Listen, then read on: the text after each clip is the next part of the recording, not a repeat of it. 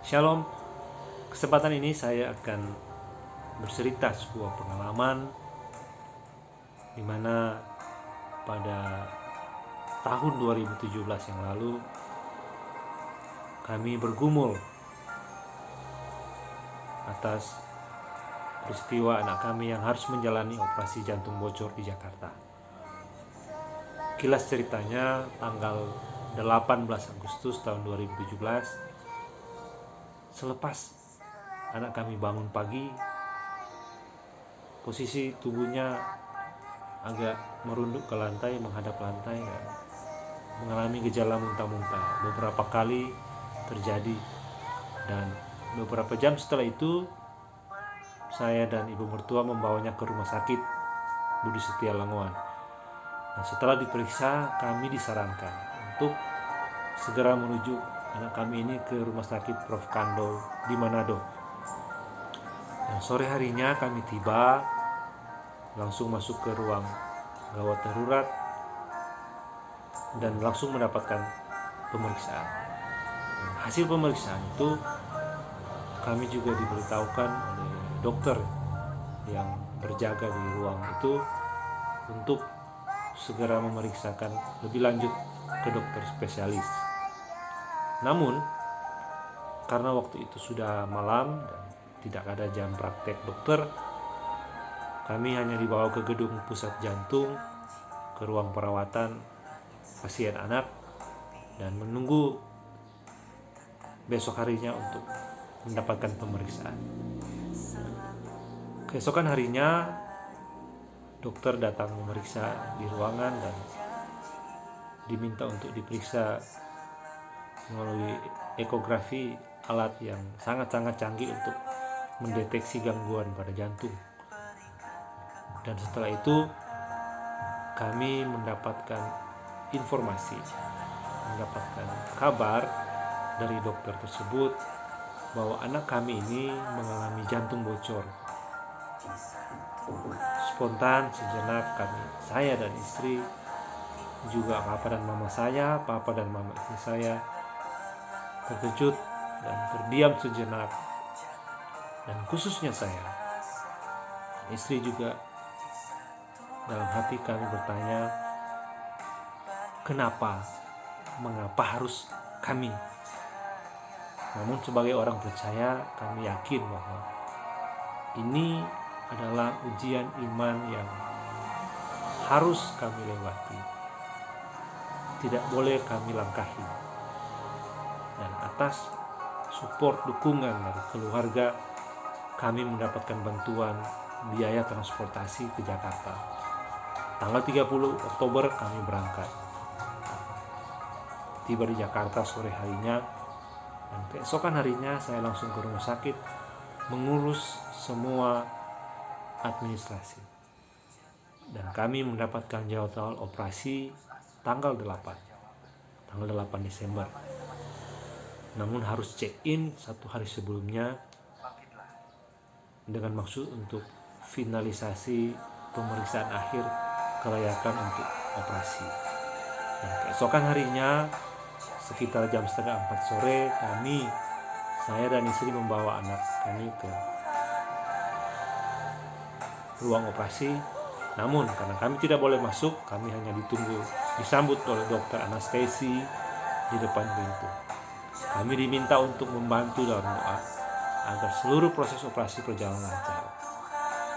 Dan setelah kami menunggu di lobi sambil makan, tiba-tiba telepon berdering mengatakan bahwa operasi sudah selesai, sudah sukses, sudah berhasil, dan kami boleh melihat anak kami di ICU.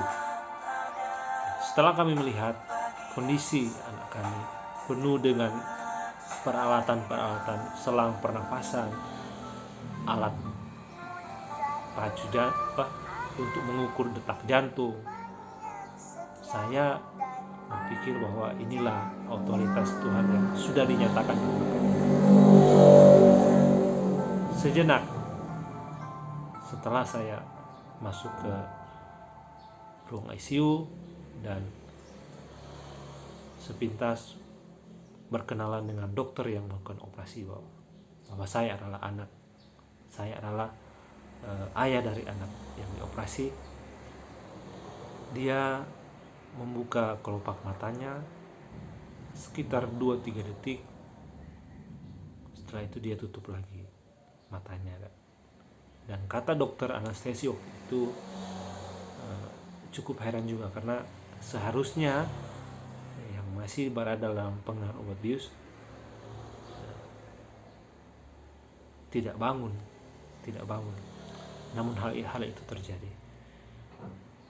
Oke, namun bukan soal itu yang menjadi pusat apa yang kami rasakan, bahwa justru yang sebenarnya yang kami alami waktu itu adalah di mana otoritas Tuhan yang bekerja melalui tangan para dokter dan perawat.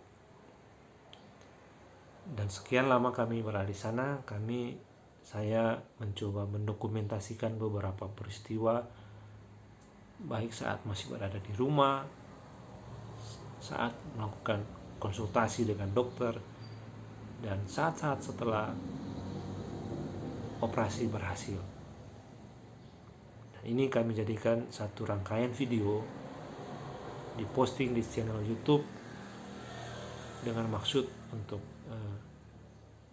mengingat-ingat kembali apa yang sudah kami alami, mengingat-ingat kembali kebaikan Tuhan yang sudah kami rasakan dan sedang kami rasakan. Dan setiap tanggal 8 Desember saya mencari link video ini di channel YouTube untuk dilihat kembali bersama istri, kadang juga dengan anak saya yang dioperasi. Dan ketika dia melihat itu, mungkin juga terpengaruh dengan lagu yang disertakan dalam video itu, dia menangis, dia memeluk saya, dia memeluk mamanya, dan tak jarang beberapa kali dia berkata, kenapa dengan kakak? Karena kami memanggil dia dengan sebutan kakak hari-hari di rumah. Kenapa kakak punya dada? Kenapa ada luka? Kami hanya bisa berkata bahwa kakak punya jantung sudah dioperasi dan lukanya sudah sembuh. Dan kami memberikan kata-kata motivasi padanya bahwa itu karena kebaikan Tuhan. Dan kami mengajarkan kepadanya untuk selalu bersyukur, untuk membuat kehidupannya lebih baik ke depan.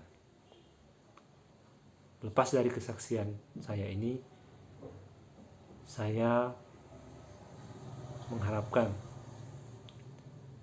bagi teman-teman yang mungkin pada saat-saat tertentu bisa menyaksikan video ini yang sudah diposting di Facebook ataupun langsung di channel YouTube, kiranya menjadi kesaksian juga, menjadi motivasi untuk terus menyerahkan hidup kita ke tangan Tuhan.